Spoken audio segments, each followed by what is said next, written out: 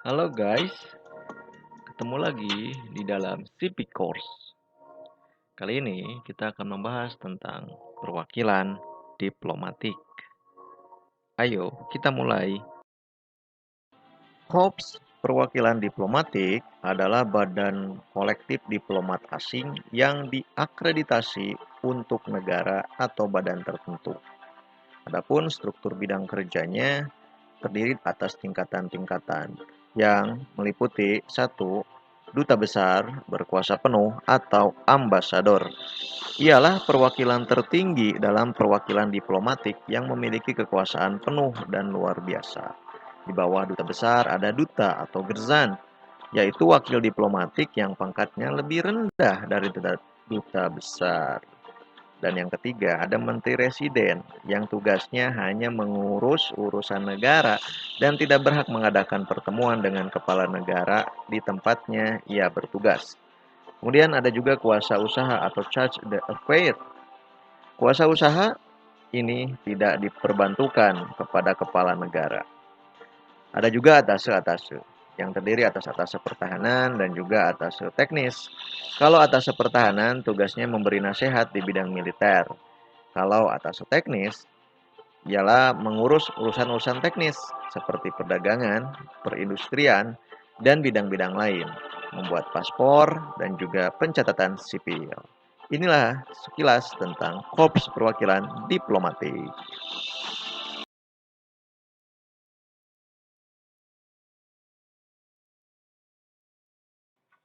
Ada hak-hak istimewa yang melekat pada seorang perwakilan diplomatik atau diplomat. Hak-hak istimewa tersebut antara lain adanya hak imunitas atau kekebalan hukum.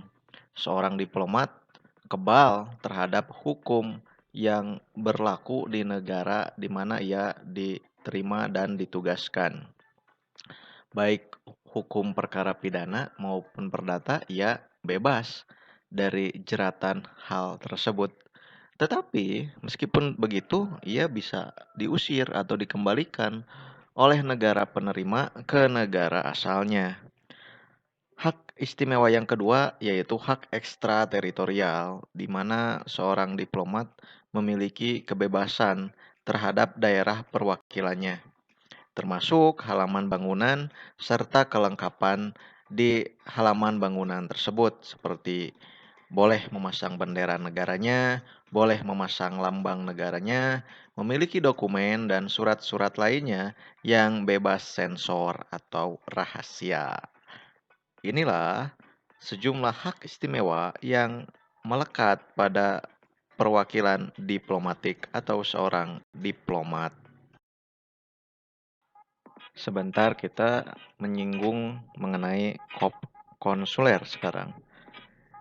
Korps konsuler adalah perwakilan di luar negeri yang bertugas dalam membina hubungan non-politik dengan negara lain yang mempunyai wilayah kerja tertentu dalam wilayah negara penerima. Dalam menjalankan tugasnya, korps konsuler mempunyai tingkatan sesuai dengan tugas dan fungsinya. Tingkatan perwakilan konsuler meliputi yang tertinggi adalah konsul jenderal, yang membawahi beberapa konsul yang ditempatkan di ibu kota negara. Yang kedua ada konsul dan wakil konsul, yang mengepalai suatu kekonsulan yang kadang-kadang diperbantukan kepada konsul jenderal.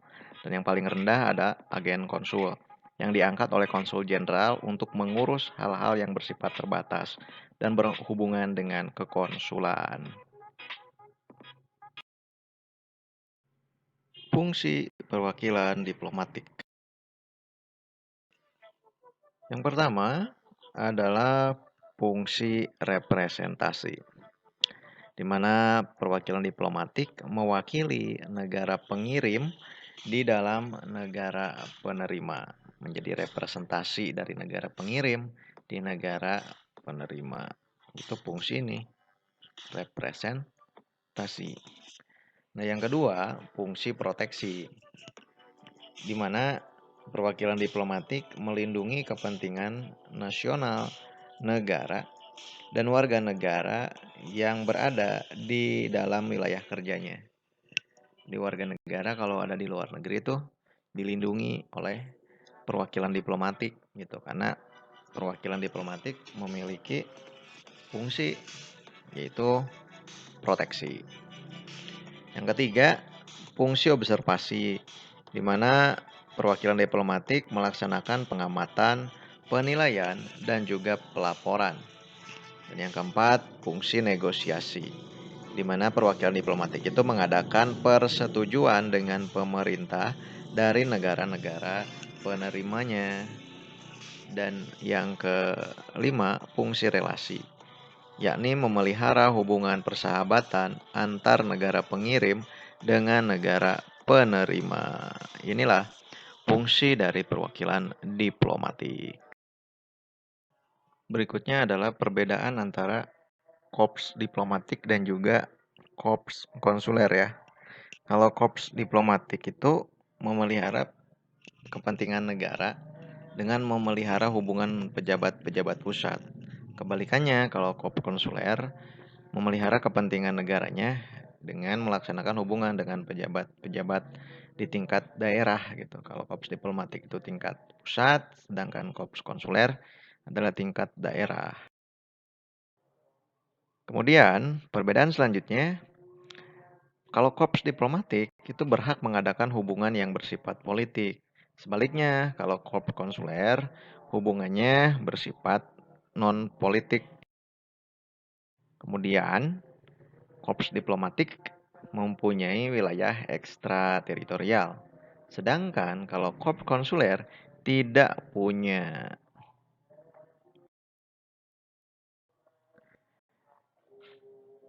Perbedaan berikutnya terkait masa berlaku ya.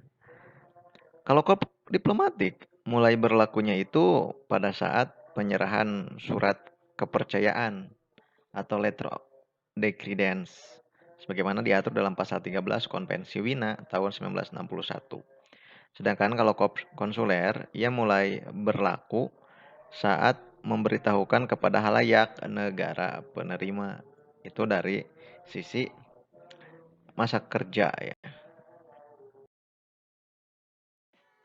Berakhirnya masa kerja dari korps diplomatik dan korps konsuler. Pertama, kalau masa kerjanya sudah habis ya.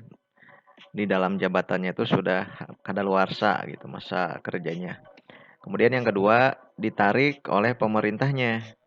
Yang ketiga, kalau korps diplomatik diakibatkan karena dia tidak disenangi oleh negara penerima atau istilahnya persona non grata. Sedangkan kalau korps konsuler ketika ada pemberitahuan bahwa ia bukan lagi sebagai anggota dari staf konsuler. Kemudian, kalau korps diplomatik bisa berakhir masa jabatannya kalau negara pengirim dengan negara penerima sama-sama berperang sebagaimana diatur dalam pasal 43 Konvensi Wina tahun 1961.